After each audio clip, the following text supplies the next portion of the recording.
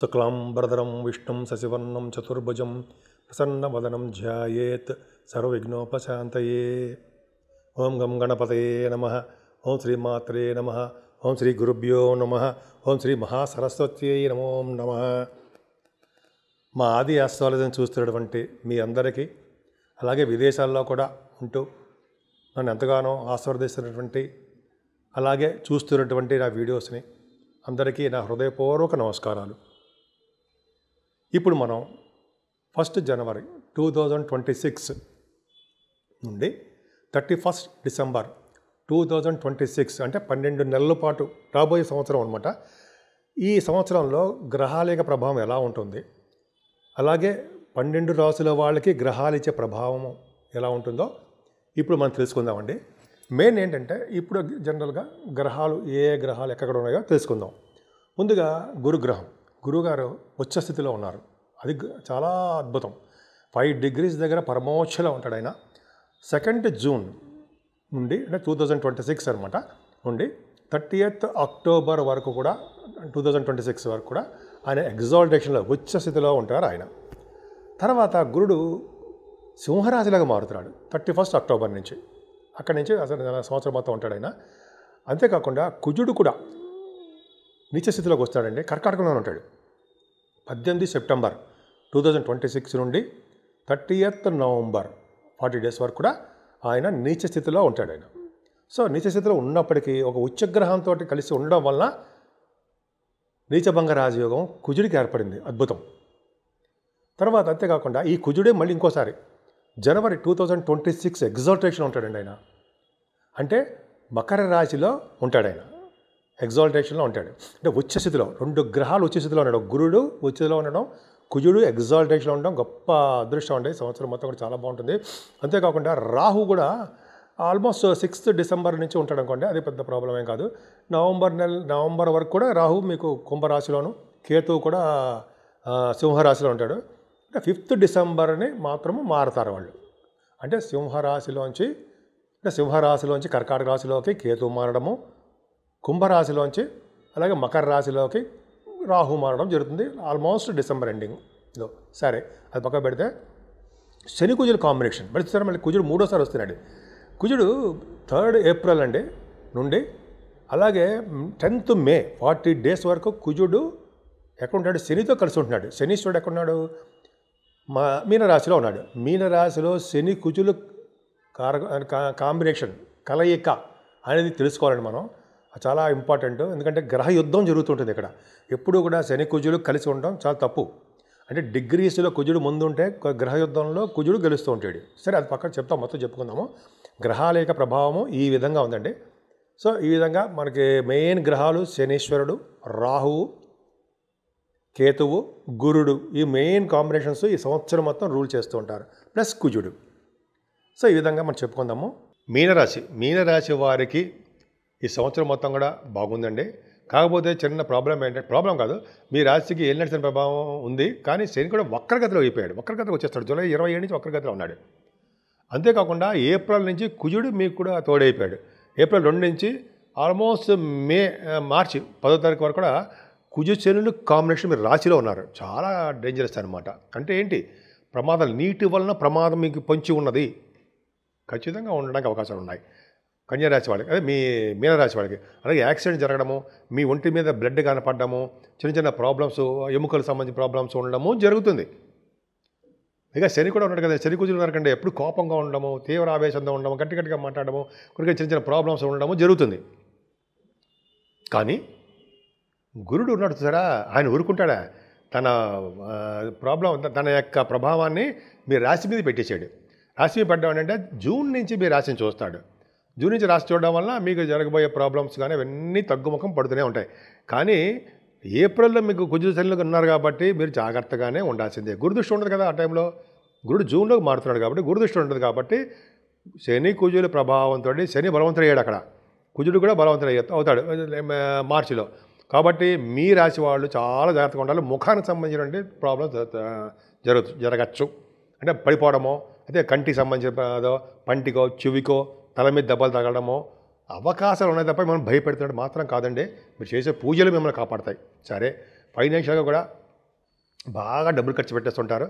మీకు ఎందుకంటే కుజుడు ద్వితీయ భావం ఉండడం వల్ల ఏప్రిల్ మే నెలలో బాగా డబ్బులు ఖర్చు పెట్టడం మీ తర్వాతే. అంత బాగా ఖర్చు పెట్టేస్తుంటారు. అయినా అక్కడ ఏం భయపడాల్సిన అవసరం లేదు. ఎంత ఖర్చు పెడితే అంత డబ్బులు మీకు వస్తూనే ఉంటాయి. మీ పిల్లల ద్వారా, మీ చేస్తున్న వ్యాపారాల ద్వారా, మీ చేస్తున్న ఉద్యోగం ద్వారా అన్నీ ఉన్నాయి. అది చెప్పుకుందాం. సరే, ఏదేమైనా మీకు పూర్తి భావాన్ని కూడా కుజుడు చూడడం వల్ల మీకు కంఫర్టబుల్నెస్ ఎక్కువ. విద్యలో బాగా రాణిస్తారు. మీ తల్లిగారికి బాగుంటుంది. గృహములు, వాహనాలు ఇవి కొనుక్కుంటారు. బంగారం కొనుక్కుంటారు. ముఖ్యంగా మ్యూజిక్ అంటే మ్యూజిక్ డైరెక్టర్స్ అంటారు సరే, వాళ్ళకి బాగా ఉంటుంది. అద్భుతంగా బాగా సక్సెస్ చేస్తారు.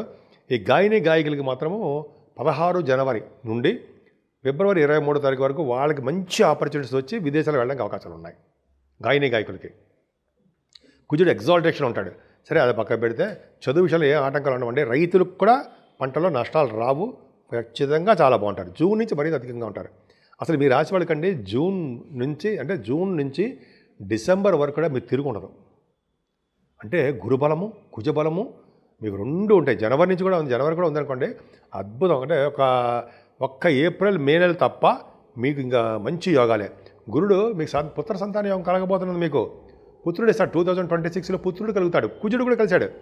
మరి కుజుడు నీచ కదండి అంటారు కదా, కరెక్టే. కుజుడు నీచలో ఉంటాడు. ఆయన సెప్టెంబర్ 18 నుంచి ఉంటాడు. నవంబర్ 13 వరకు ఉంటాడు. 13 వరకు ఉంటాడండి ఆయన.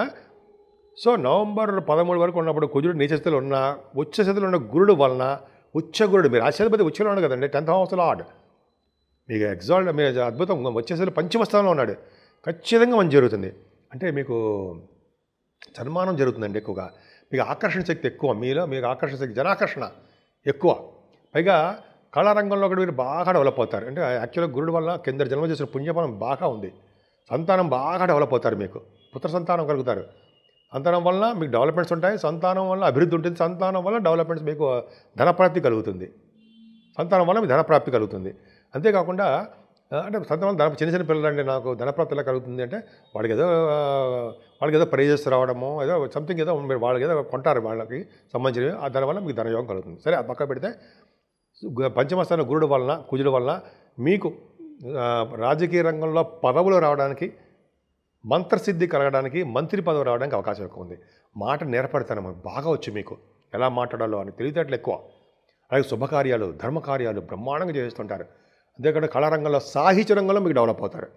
సినిమా డైరెక్టర్స్కి, యాక్టర్స్కి, నిర్మాతలకు కూడా పంచమస్థానం బాగుందంటే వాళ్ళు తిరగలేదు, బ్రహ్మాండంగా సంపాదించుకుంటారు. సూపర్గా ఉంటుంది. అంతేకాకుండా మీకు గురు ప్రభావం వలన, కుజ ప్రభావం వలన మీరు ఏమంటారంటే స్టాక్ మార్కెట్ అంటారు సరే, స్టాక్ అండ్ షేర్స్ అంటుంటాం, వాటిలో కూడా మీ సంపాదన మెరుగుతుంటుంది. జూన్ నుంచి మొదలు పెడితే మీకు అంచెలంచెలుగా స్టాక్ మార్కెట్లో బాగా డెవలప్ అవుతారు. ఇది ఖచ్చితం. పంచమస్థానాన్ని లాటరీస్ కూడా అంటాం. అంటే సడన్ గెయిన్స్ అంటాం. సడన్ గెయిన్స్ కాదు, గెయిన్స్. 6వ భావంలో గురుడితో కలిసి కేతువు చాలదండి. గురుడు 6వ భావంలో, మీరు రాసేది 6వ భావంలో వస్తే మంచిది కాదంటారు. మంచిదే. గురుడిచ్చే ప్రభావం అంతా కేతువు ఇచ్చేస్తాడు, శుభఫలితాలు ఇస్తాడు. అంటే సక్సెస్ రేట్ ఎక్కువ ఉంటుంది. సన్మానాలు జరుగుతుంటాయి. కష్టపడి కార్యసిద్ధి చేస్తుంటారు. కార్యసిద్ధి అవుతుంది, కష్టపడతారు. అన్ని రంగాల్లోనూ మీరు ముందంజలో ఉంటారు. కొంతమంది కాంపిటీషన్ ఎగ్జామ్స్కి వెళ్తుంటారు. ఆడవాళ్ళకి చెప్తున్నానండి, ఇంటర్వ్యూస్కి వెళ్తుంటారు. వాళ్ళు విజయం సాధిస్తుంటారు. స్టాంపింగ్, విదేశాలకు వెళ్ళి స్టాంపింగ్ అవుతుంటుంది. సప్తమ భావాన్ని శని చూస్తున్నాడు కాబట్టి భార్యాభర్తల విషయంలో ఎప్పుడు తగాదా, మనస్పర్ధలు, తికాకులు ఏమో ఉంటుంటాయండి. మరి అదేంటో తెలియదు. భయపడకండి. గురుడు ఉన్నాడు కాబట్టి, గురు ప్రభావం ఉంది కాబట్టి ఆయన చూసుకుంటాడు. బట్ ఆ వివాహ ఆలస్యం కూడా జరగడానికి అవకాశం ఉంది. భాగ్యస్థానాన్ని గురుడు చూడడం వల్ల భాగ్యాధిపతి ఉచ్చ స్థితిలో ఉన్నాడు. బ్రహ్మాండం. అంటే అర్థం ఏంటంటే రియల్ ఎస్టేట్ రంగంలో ఉన్నారు సరే, వ్యాపారాలు చేసుకుంటున్నారు. వాళ్ళకి ఎలక్ట్రిసిటీ, ఎలక్ట్రానిక్స్, కాంపోనెంట్స్, ఇవన్నీ వ్యాపారాలు, ఇవన్నీ వాళ్ళందరికీ కూడా కుజుడి ప్రభావం వలన అద్భుతమైన ఫలితాలు ఉన్నాయి. ముఖ్యంగా జనవరి 16 నుండి అలాగే ఫిబ్రవరి 23 తారీఖు వరకు సప్తమ అంటే 9th house lord in 11th house బ్రహ్మాండంగా ఉందండి. నిజం గ్రేట్. అంటే మీరు చేస్తున్న వ్యాపారాలు అద్భుతంగా ఉండడము, విదేశీ పర్యటన చేయడము, అలాగే గురుబలం వలన బ్యాంకింగ్ రంగంలోనూ, అయితే వేదశాస్త్ర పండితులకి, ఆగమశాస్త్రం ఉన్న వాళ్ళకి, లాయర్స్కి, డాక్టర్స్, గురు ప్రభావం వాళ్ళకి చాలా బాగుంటుంది. దశమస్థానం బ్యాంకింగ్ రంగం పర్ఫెక్ట్గా వ్యాపారాలు అభివృద్ధి అవుతూ ఉంటాయండి వాళ్ళవి. కొంచెంగా అంటే వ్యాపారాలు అంటే వాళ్ళు చేస్తున్నటువంటి కార్యక్రమాలు డెవలప్మెంట్స్ ఉంటాయి అని అర్థమైపోతుంది. తీర్థయాత్రలు చేస్తారు. ముఖ్యంగా యమునా నది పుష్కరాల్లో స్నానం చేస్తారు. దానికోసం యమునా నది యమునా నది పుష్కర స్నానాలు చేయడానికి ఎక్కువ అవకాశాలు ఉన్నాయి, చేస్తారు కూడా. మీదే జలతత్వ రాశి, గురుడు కూడా జలతత్వ రాశిలో ఉన్నాడు, మీరు చేయకపోతే మేము చేస్తామా? ఉదాహరణ చెప్తానండి. అది అంత బ్రహ్మాండంగా మీకు ఖచ్చితంగా ప్రస్ఫుటంగా కనిపిస్తుంది మీరు చేస్తారు స్నానము అని.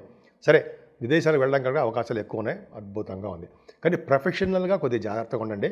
ఎందుకంటే కొంతమంది ఉంటారు కదా, గవర్నమెంట్ సర్వీసెస్లో ఉన్నవాళ్ళు, లేకపోతే మీరు సాఫ్ట్వేర్ రంగ ఉద్యోగస్తులు, వాళ్ళకి కూడా శని ప్రభావం వల్ల ఎక్కడ ఉన్నాము అంటే అక్కడే ఉంటారు, డెవలప్మెంట్స్ తక్కువ ఉంటాయి.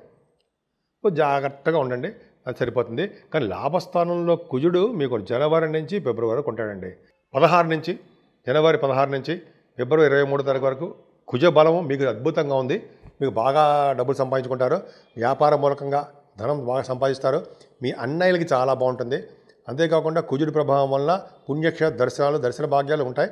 ఎక్కువగా రియల్ ఎస్టేట్ రంగంలో ఉన్న వారికి బాగా డబ్బు సంపాదించుకుంటారు, చాలా బాగుంటుంది. ఎందుకంటే జనవరి ఫిబ్రవరి నెలలో వాళ్ళకి తిరుగులేదు. అంతేకాకుండా లాభస్థానానికి కూడా ఆయన జూన్ నుంచి ఆల్మోస్ట్ అక్టోబర్ వరకు కూడా ఆయన లాభస్థానం చూస్తుంటే ఇంకేం కావాలండి? మీకు అన్నయ్యలకి బాగుంటుంది, మీరు చేసిన వ్యాపారాలు బాగుంటాయి, ఫుడ్ బిజినెస్ కానీ, బంగారం కానీ, వెండి కానీ, వ్యాపారాల్లో బాగా డబ్బు సంపాదించుకుంటారు. మీకు మంచి ఉంది, చెడు ఉంది. 12 బావుల రాహు మాత్రం చిన్న ఇబ్బంది కలిగిస్తుందండి, హెల్త్ ప్రాబ్లమ్స్ కలిగిస్తున్నాడు. ముఖ్యంగా గురు కుజులు మీకు అద్భుతమైన యోగాన్ని ఇస్తున్నారు, చాలా ఎక్స్ట్రాడినరీగా ఇస్తున్నారు. కానీ అనారోగ్య సమస్యలు శని కుజుల వలన, అలాగే 12 బావుల రాహు వలన ఉన్నాయి. అందుకే మీరేం చేయాలి? శనికి, కుజుడికి, రాహుకి పూజలు చేయించుకోండి, అద్భుతమైన ఫలితాలు ఉంటాయి. అంతేకాకుండా దక్షిణామూర్తిని కొలవండి, సకల శుభాలు కలగడానికి అవకాశాలు ఎక్కువ ఉన్నాయి. మా ఆది ఆస్ట్రాలజీ నుంచి నేను మాట్లాడుతానండి, ఆదినారాయణరావు శర్మ. మీ జాతకాలు చూపించుకోవాలనుకుంటే మా ఆది ఆస్ట్రాలజీని సందర్శించండి, అదే ఫోన్ చేయండి, లేదా వాట్సాప్లో కూడా మీరు మెసేజ్లు పెట్టినా కూడా నేను చూస్తాను, ఇమ్మీడియట్గా రెస్పాండ్ అవుతాను. ఈ మధ్యకాలంలో నేను ఆస్ట్రేలియా ప్రయాణం చేయడము, ఆస్ట్రేలియా టూర్ ఉండడం వల్ల నేను 4 నెలల పాటు నా ఫోన్ అందుబాటులో లేదు. కానీ అయినప్పటికీ కూడా నేను ఆస్ట్రేలియాలోను, అమెరికాలోను, మన ఇండియాలో కూడా జాతకాలు చాలామంది చెప్పాను. సరే, అది పక్క పెడితే ఈ సంవత్సరం మొత్తం కూడా ఫలితాలు ఎలా ఉండబోతున్నాయి, మీ జాతకాల ప్రకారం ఎలా ఉండబోతున్నారు అంటే, ఉద్యోగాలు కావాలనుకున్న వాళ్ళకి కానీ, లేదా సంతానం లేని వాళ్ళకి కానీ, లేకపోతే చాలా విధాలుగా వివాహం కాని వాళ్ళకి కానీ, ఇవన్నీ ఉంటాయి, ప్రాబ్లమ్స్ ఉంటాయి కదా. మీ జాతకాలు తెలుసుకోవాలనుకుంటే మా ఆది ఆస్ట్రాలజీని ఫోన్ చేయండి, నాకు ఫోన్ చేయండి. నేను తప్ప ఎవరు జాతకాలు చెప్పరు, ఎందుకంటే డెప్త్గా చేయడము, మీతో మాట్లాడడం కూడా నేనే చేస్తుంటాను, వేరే వాళ్ళు ఎవరు ఉండరు. ఆది ఆస్ట్రాలజీ అంటే ట్రస్ట్, నమ్మకం, ఆ నమ్మకాన్నే క్రియేట్ చేస్తూ ఉంటాను నేను. అందుకనే ఎవరిని పెట్టుకోలేదు, నేనే మీకు ఫోన్లో మాట్లాడుతూ ఉంటాను. సరే, అది పక్కకు పెడితే ఈ సంవత్సరం మొత్తం కూడా 12 రాసుల వాళ్ళు కూడా పూజించవలసిన దేవుడు శివుడు, అలాగే దక్షిణామూర్తిని పూజించడం వలన, ఎందుకంటే గురు ప్రభావం ఉంటుంది కాబట్టి దక్షిణామూర్తిని పూజించడం వల్ల మీకు సర్వ శుభాలు జరగడానికి అవకాశాలు ఎక్కువ ఉన్నాయండి. ముఖ్యంగా చదువు బాగా వస్తుంది, విద్యలో బాగా రాణిస్తారు. అంతేకాకుండా సుబ్రహ్మణ్యేశ్వర స్వామి ఆరాధన ఎక్కువ చేసుకోవాలి సంవత్సరం మొత్తం కూడా. ఎందుకంటే సుబ్రహ్మణ్యేశ్వర స్వామి కుజుడు ఉచ్చస్థితిలోనే ఉంటున్నాడు, శని భగవాన్తో కలిసి ఉంటున్నాడు, శనీశ్వరుడితోటి, అలాగే కుజుడు నీచస్థితిలోనే ఉంటున్నాడు. 3 రకాలుగా ప్లే చేస్తాడు ఆయన రోల్. కాబట్టి సుబ్రహ్మణ్యేశ్వర స్వామిని ఖచ్చితంగా పూజించాల్సిందే. వీలుంటే 6 పుణ్యక్షేత్రాలు దర్శనాలు చేసుకోవడమో, అయితే మన ఊళ్ళోనే ఎక్కడ సుబ్రహ్మణ్య స్వామి ఉంటే ఆయనకు పూజ చేయడం చేయాలి. అంతేకాకుండా వెంకటేశ్వర స్వామి ఆరాధన మర్చిపోకూడదండి. ఎందుకంటే శనీశ్వరుడి ప్రభావం ఉంటుంది కాబట్టి అన్ని రాశుల మీద వక్రగతిలో కూడా ఉన్నాడు కాబట్టి వెంకటేశ్వర స్వామి ఆరాధన, విష్ణు ఆరాధన, శ్రీహరిని పూజించడం వల్ల సకల శుభాలు కలుగుతాయి. అంతేకాకుండా అమ్మవారు మీకు ఇష్టమైన అమ్మవారిని పూజించడం వల్ల రాహు ప్రభావం కూడా తగ్గుతుందండి. లలితా సహస్రనామాలు, లలితాదేవి అంటారు సరే, ఆవిడని పూజించడం వల్ల కూడా మంచి ఫలితాలు బ్రహ్మాండంగా ఉంటాయి. సో 12 రాసుల వాళ్ళకి శుభాలు జరగాలని, మీరు అనుకున్న కోరికలు మంచివన్నీ మీకు ఈ సంవత్సరం మొత్తం అన్నీ జరగాలని నేను మనస్ఫూర్తిగా కోరుకుంటున్నాను.